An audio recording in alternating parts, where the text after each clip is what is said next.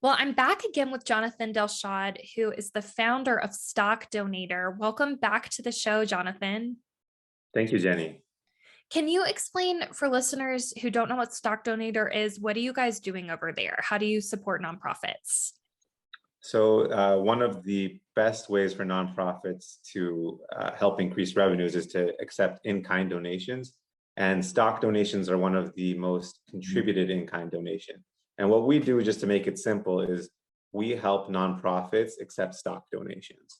So if a nonprofit has a donor who wants to make a stock donation, we will guide you through we'll do everything for you. I mean, it's not just the guidance through the process, but we handle the stock donation from you from A to Z, including receipts, acceptance of the stock donation, and at the end of the day, we just send you a check. So we make the process very simple for nonprofits who have a lot of important work to do to accept stock donations simply. So, can you explain? I know stock donations are something that I recommend that all of my clients, as a fundraising consultant, start to accept. Can you explain why nonprofits should be accepting stock donations? So the biggest reason that nonprofits want to accept stock donations is specifically because donors want to give stock. And I think that's kind of the thing. There's no real benefit to a nonprofit to accepting a stock donation over cash, except that you can then turn around to your donors and tell them that you're saving them money.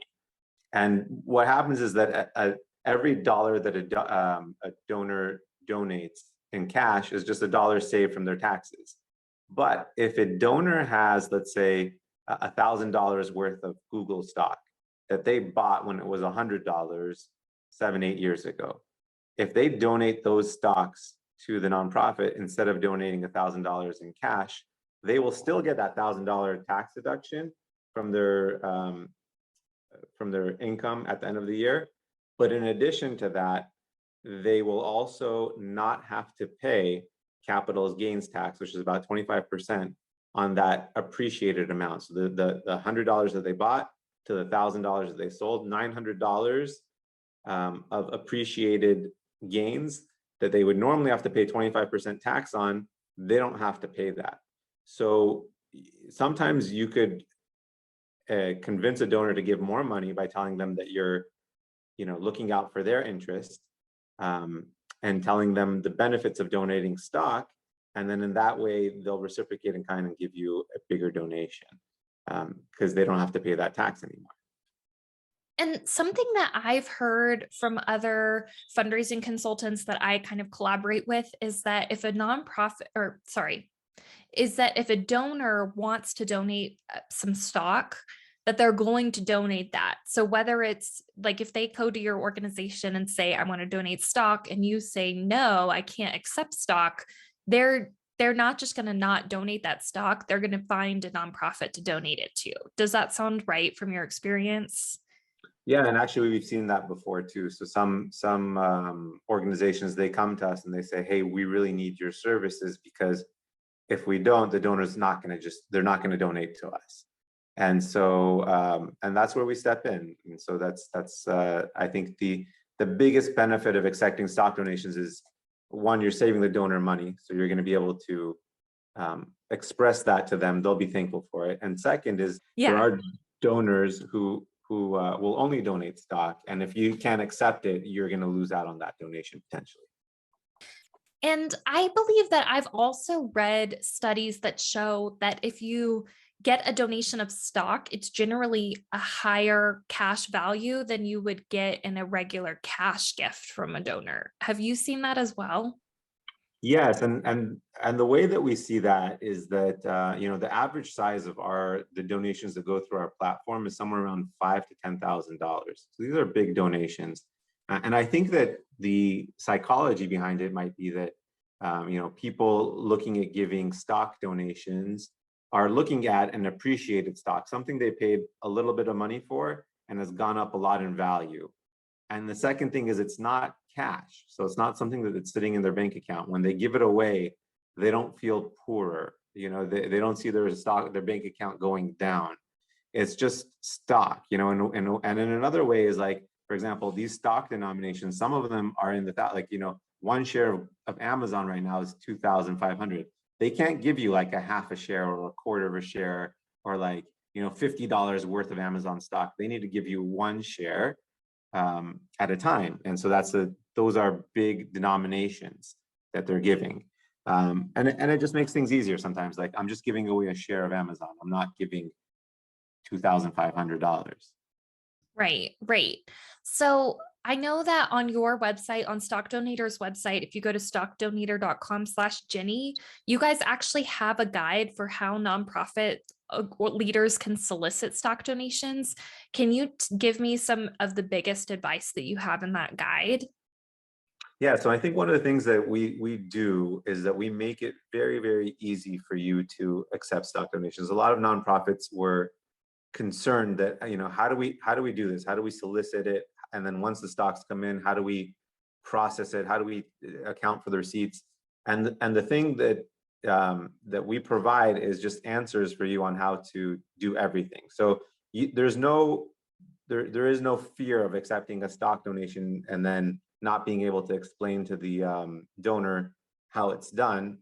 We provide you kind of step-by-step instructions on how to solicit donations. And then once you solicit them, we take care of the rest. So we have in that guide, we have emails that go out to potential donors. We have text messages. We have quarterly newsletter blurbs that you can just put in to your newsletter or send out an email to people and ask them for stock donations. That way you don't have to be conversant or knowledgeable about how the stock donation process works or how to ask for them. You just send out the request and they will respond, and we take care of everything from there. And when you're working with nonprofits who are soliciting for stock donations, what have you found to be really successful? Is it like a specific campaign where all they're doing is asking for stock donations? Is it like their regular year-end fundraising appeal where they just kind of put a PS, you can also donate stock? Like, what is the best way for nonprofits to be soliciting, do you think? Yeah, so what we've seen that's worked really well, there are certain time periods of the year, and especially the end of the year, December time period, obviously is a great time for donations in general, but it's also a really, really good time for stock donations because during the end of the year, people are always rebalancing their portfolios of stock. So they're selling they're selling stocks that were losers that year to kind of harvest negative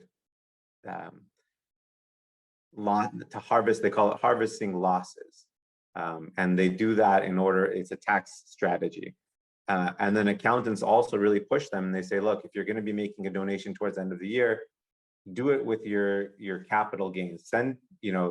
Sell those stocks, donate those stocks that are the highest, they've done the best over this year. Donate those instead of selling them. And so we see that a lot of accountants also push it during that time period. So yes, if you solicit during that time period, I think it also helps. But I think also just branding on your website, where you have a donate page on your website that says we accept PayPal donations or cash donations. You can also have a button or a link that says we also accept stock donations. And then maybe even just a little quick piece of information about stock donations and how they can save you money. Having that on your website will increase the number of stock donations that you get. We at Stock Donator provide that link, and it's a cross-branded website that basically looks like it's part of your own website. And so they basically never leave your website when they're making a donation of stock to you, which is also very helpful.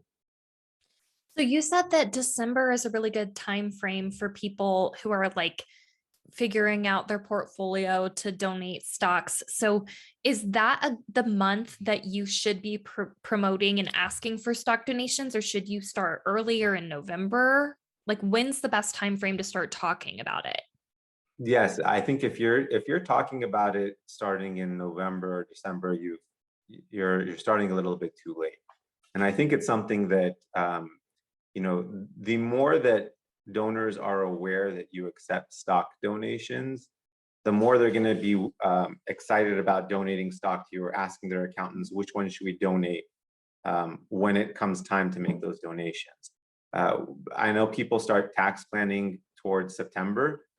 We recommend, you start even earlier than that, starting, you should have your accounts set up as soon as May or June starts to roll around. You want to make sure that you have your account set up with Stock Donator, so that by September, when they're deciding which nonprofits are going to get their stock donations, they can identify yours by going to your website, or maybe you've sent them emails or text messages saying that we accept stock donations. They'll identify you, and then when it comes time to December, you'll be the one that gets those stock donations instead of other organizations.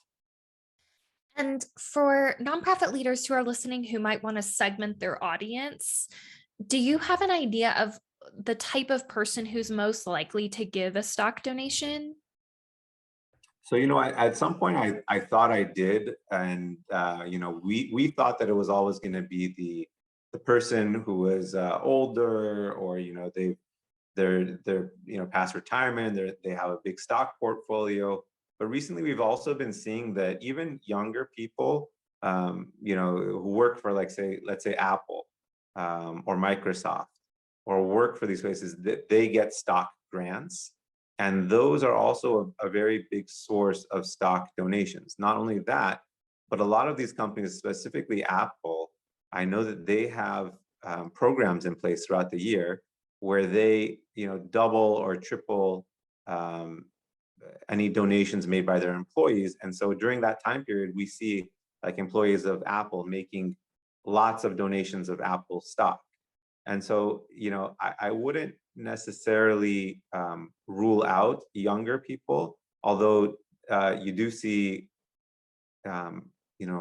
people who are older, who have stock portfolios, more donating stock than those that are younger, but definitely wouldn't rule out the younger class. That's so interesting. Do you know what time of year Apple or other companies typically are like matching those donations? So I actually tried to find out with Apple specifically, and apparently it's a random, not even the employees themselves know. And so it's just an email will go out from the company saying, during the next 2-3 weeks, whatever donations you make, we're going to double, triple, sometimes even quadruple them. And then there's a real flurry to get those donations out. I've seen that before. And so what happens is when they do that, once they make their stock donation, we send a receipt straight to the donor. They can send that into Apple, and then the matching gifts will come in. That is so interesting. Okay, so let's say I'm a nonprofit leader and I am ready to sign up with Stock Donator. Can you walk me step by step through the process that you use to onboard a new nonprofit? Yeah, it's a very easy process. The only thing that a nonprofit needs in order to set up a stock account with Stock Donator is their tax identification number, which most nonprofits have handy. Their contact name and email address of the person who's going to be the contact person. And you go onto the website, www.stockdonator.com, and you click on open a new account. It takes maybe 5 minutes to submit the information. Once you do that, we on our back end verify the nonprofit status. We want to make sure that the people that we're doing business with are legitimate nonprofits. So that can take up to 24 hours to process, but we're usually faster than that. Many times it gets done on the same day, sometimes within the same hour. So we try and process those applications as soon as possible. So by the time not a donor asks for a donation, if you go on our website 24 hours later, you'll be ready and set up to accept that donation. It's much better to do so well in advance, so you could actually solicit these donations. But if you're in a position where you're acting reactively, we can accommodate that too. And I know from that point, like you said, there's a button that you can put on your nonprofit's website that donors can just click to start the stock donation process with Stock Donator. And you also have like more of a traditional method where people can fill out paperwork by hand, right? Yeah, and that's one of our main advantages at Stock Donator, is that we allow people to do both. So either a donor can make a donation online, completely virtual, and through either our website or directly from the nonprofit's website if they use that button or a link.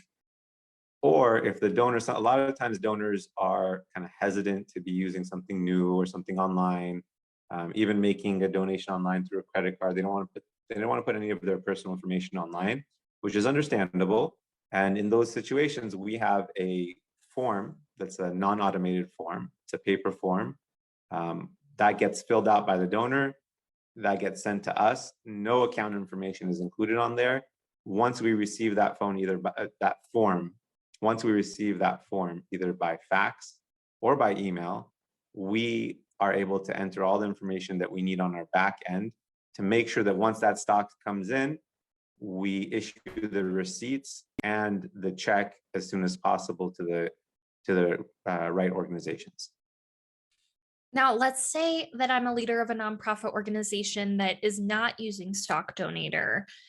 What is the process in that scenario for accepting a donation of stock? So in order to accept a donation of stock without using Stock Donator, you would have to open up your own account with a brokerage firm. That process can take up to 2 to 3 months, depending on how quickly you can get board approvals, finding the right brokerage firm, filling out their forms, getting the account set up with them, and then funded. So a lot of these brokerage accounts, they require some type of commitment of funding in their account before they allow you to open an account with a nonprofit. Second thing is, once that account is open, you're going to have to check it every day and provide instructions to the donor on how to make the donation. Once you provide those instructions, the donor will instruct their brokerage firm to make the donation, but you're gonna have to check your account to check when that stock comes in, so that you could liquidate it and get the funds. Then the second thing is, once you liquidate it, you have to get the funds out of your brokerage account into your checking account. And then the other thing is that you have to provide a receipt to the donor. So you're gonna have to know the IRS rules on how to account for in-kind stock donations, compute that donation value, and then send it over in a proper receipt to the donor. Without those steps, the donor may not get their full value of their donation. So we handle all that process for you. At the end of the day, basically, you don't need to know any rules. You don't need to know anything about the how to process. You don't need to check any accounts. As soon as the stock donation is made, we convert it to cash and send you a check, or we could do ACH transfers or wire transfers. So we simplify the process, but it's an in-depth process if you try to do it yourself. Many nonprofits have one person who's just dedicated full-time to handling their stock donation requests. So it takes a lot of time and effort to do one of these. Okay, you mentioned a term that I've never heard before. I've never had to deal with this before because I just send all of my clients over to Stock Donator and tell them to let you guys handle it. But you said that if you want to open your own brokerage account, you need a commitment of funding. Can you explain what that means?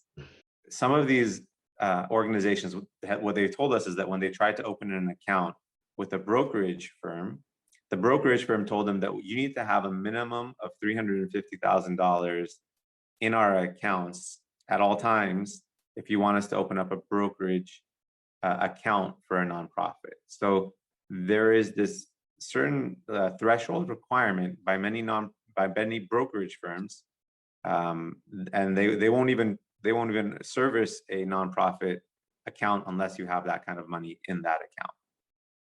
Wow, I had no idea. That sounds like a huge barrier. Wow. Yeah, it was something that I was not fully aware of either until, and I'm not sure if all brokerage accounts do this or only some of them, but it's something to look into, especially when I think that the reason is that they had a lot of brokerage accounts with nonprofits where the nonprofit would just open up the account for one specific stock donation, and then that stock donation would come in, they would liquidate it, take out the money, and then they would leave the account dormant for years until the next stock donation came in. And so it didn't make sense for these brokerage firms to have these types of accounts. On the other hand, with stock donator, we don't care. You could have one account, you could have one transaction a year, you could have one transaction in 10 years. We will never close your account for lack of the number of transactions. Right, right. Do you have any success stories you could share about a nonprofit or two that have had a good turnout as a result of a campaign of soliciting stock? Sure. I know that there's one nonprofit out there that actually created a little video, an instructional video, a little animated video, and it was a high school PTA association, parent teacher association, that created this little video, sent it out to all the teachers and parents in the school who are making donations, and let them know that, hey, we accept stock donations now too. If you're interested, watch this video. It could save you a ton of money. And then within that year, that nonprofit saw the number of stock donations that they received went much higher than it was before. And in addition to that, they told me that they received a larger stream of revenue that year, meaning I think they increased the actual amount of their donations, not just the number of stock donations, but the amount also increased as well. So they were very happy with the service, and I think they continue to do that each year. There's other nonprofits that now put on their website that they accept stock donations. I'm thinking specifically of one. And during a specific month of the year, they're always receiving much more stock donations than any other nonprofit. And I think that's because they do a good job of prominently featuring their acceptance of stock donations on their website. That's really cool. Do you have any idea, like, did you watch the video from the high school PTA that they made? I did. What kind of information did they have in it? So we actually have it on our website. They showed it to us because I asked them about that. I wanted to see what they were doing right. They actually made a copy of it. They gave us a copy of it. We put it on our website, and so it's there if people want to see it. Well, do you have any other last advice you want to make sure nonprofit leaders know about soliciting and accepting stock donations? Is it okay if I tell them how much we charge? I want to make sure that we're fully transparent with them. I think that's really important because you need to know what service you're getting. So we charge 1.9% of the transaction with a minimum of $15, which means that a transaction's above, let's say, about approximately $800 will pass that minimum threshold, which most I'd say 98% of all of our transactions are over $800. So it's a 1.9% fee, which is less than credit card processing or PayPal would take, or these other most other nonprofit servicing companies, payment servicing companies would take more than 1.9%. So and we do provide there's a lot of service, a lot of back end hand holding that needs to go on a lot of times with these brokerage firms. So that's the fee that we charge. We believe it's a fair fee. We did not want to charge something higher, and so that's kind of what our fees are. Yeah, I think that's very fair. And yes, I'm go sorry, ahead. I just wanted to add one more thing too. There's no fee to open up an account. So if you want to get ahead of the game and open up your account now before the end of the year rush or any time before the end of the year rush, you can do so. You can open up your account, let it sit dormant, put that. There's no cost to you to putting the link on or the button on your website. It's zero cost until you receive a donation. And there will never be any cost to you unless you receive a donation. And then just to remind everybody, you can go to stockdonator.com/Jenni, Jenni, to get Stock Donator's free guide to soliciting stock donations. So I think that's a very cool resource, and I hope listeners will check it out. Well, thank you so much, Jonathan. Appreciate having you on the show again. Thank you, Jenny. It was good to see you again.